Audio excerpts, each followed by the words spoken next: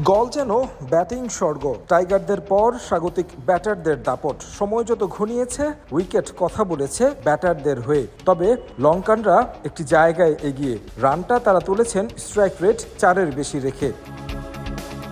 আগের দিনের অপরাজিত নাহিদ রানা আর হাসান মাহমুদ সকালে যোগ করেন 11 রান।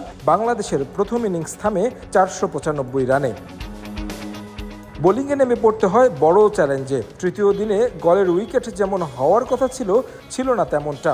লঙ্কানদের হয়ে দীর্ঘ 29 বছর পর টেস্টে ওপেন করতে নামলেন দুই ডানহাতি লাহিরু উদানা এবং পাথুম নিশানকা। নাহিদ রানা, হাসান মাহমুদ নতুন বলে খুব একটা পরাস্ত করতে পারেনি লঙ্কান দুই ওপেনারকে। নিশানকা আর উদারা মিলে রান তোলেন পাল্লা দিয়ে।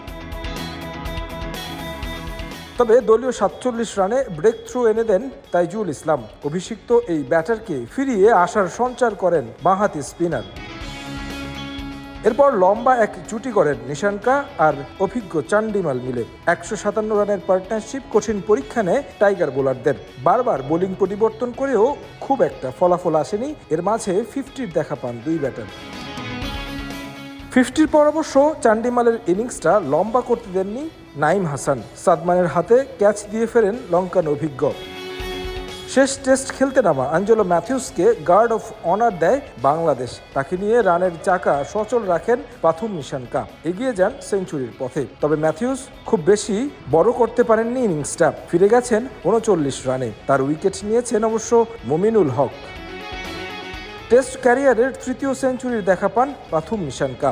136 বলে ছুঁয়েছেন 3 অঙ্ক। তবে এখানেই থেমে যাননি। লঙ্কানদের রানটা দ্রুত বাড়িয়ে নেওয়ার কাজটা করে গেছেন এক প্রান্ত থেকে। এগিয়েছিলেন ডাবল সেঞ্চুরির পথেও, যদিও দিনের শেষ দিকে দুর্দান্ত এক বলে তাকে বোল্ড করেন হাসান মাহমুদ। কামিন্দু মেন্ডিস আর অধিনায়ক ধনঞ্জয় ডি সিলভা মিলে দিন শেষ করেন নিরাপদে। যদিও শেষ বেলায় বোলাররা ভালোই সুবিধা পাচ্ছিলেন। কিছু হাফ চান্স মিস করায় বেড়েছে আক্ষেপও। সাধারণত গলের উইকেট তৃতীয় দিন থেকে যে ধরনের আচরণ করে সেটা এখন পর্যন্ত ছিটে ফোটা দেখা যায়নি। ব্যাটসম্যানদের পক্ষেই কথা বলছে। এই টেস্টে ফলাফল আসবে নাকি ড্র হবে সেটা নির্ভর করছে চতুর্থ দিনে এসে গলের উইকেট কেমন আচরণ করে।